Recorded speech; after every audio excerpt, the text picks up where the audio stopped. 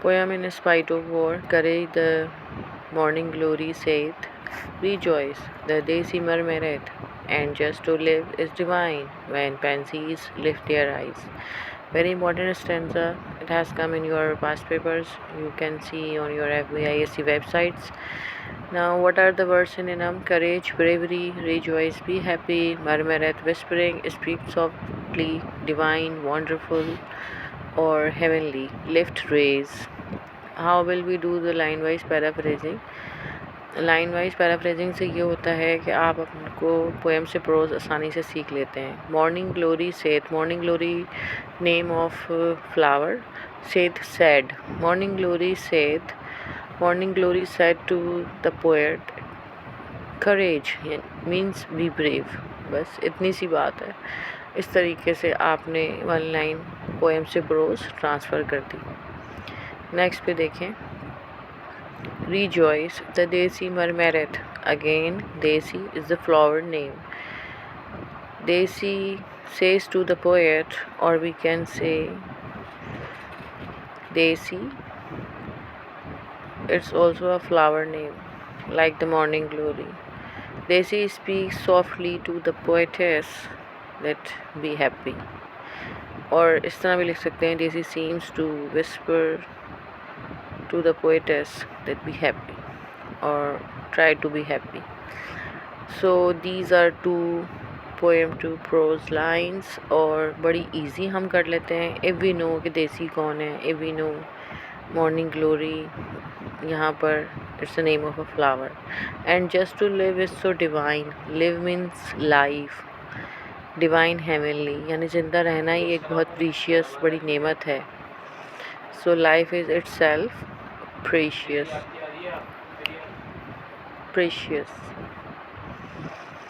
Okay, last stanza की line है. Pansies live their eyes to mine. यहाँ पर pansies is also a name of flower and live their eyes to mine.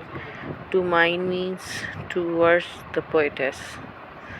तो बस बाकी तो इंग्लिश बहुत सिंपल हो गई है. When pansies see to the poet, they started connectivity between him and nature, or they connected him towards the nature. जब आप भी किसी फ्लावर को देखते हैं तो आपको नेचर फ़ौरन याद आ जाती है. तो यही इसकी मीनिंग है. they call him towards the nature, they call her towards the nature. तो देखें, अगर थोड़ी सी चीज़ें हमें पता हों, we can easily do this poem to prose. Saith a है rhyming scheme, murmureth a, then B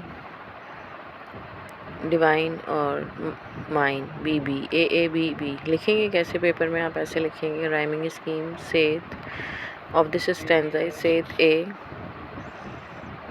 then murmureth A,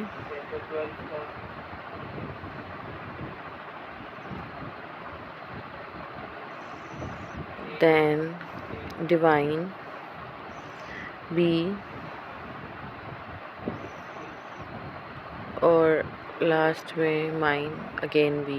so rhyming scheme is A B B. इस तरह वर्ड्स लेकर आपने ब्रैकेट में बनाना होते हैं. दैट विल हेल्प यू कि आप एग्ज़ामिनर को क्लियर कर रहे हैं कि हाँ इस तरीके से राइमिंग स्कीम बन रही है.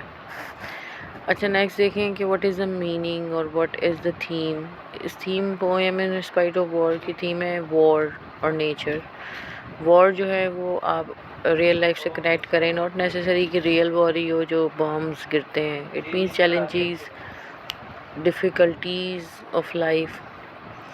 और नेचर में कौन कौन है? बहुत सारे फ्लावर्स, नेचुरल ऑब्जेक्ट्स दे यूज़ अपनी बात को एम्फसाइज़ करने के लिए, और जो मैसेज नेचर हमें दे रही है उसको इन्हेंस करके बताने के लिए. तो यहाँ मॉर्निंग ग्लोरी, देसी, पेंसीज, ये सब नेचुरल ऑब्जेक्ट्स हैं.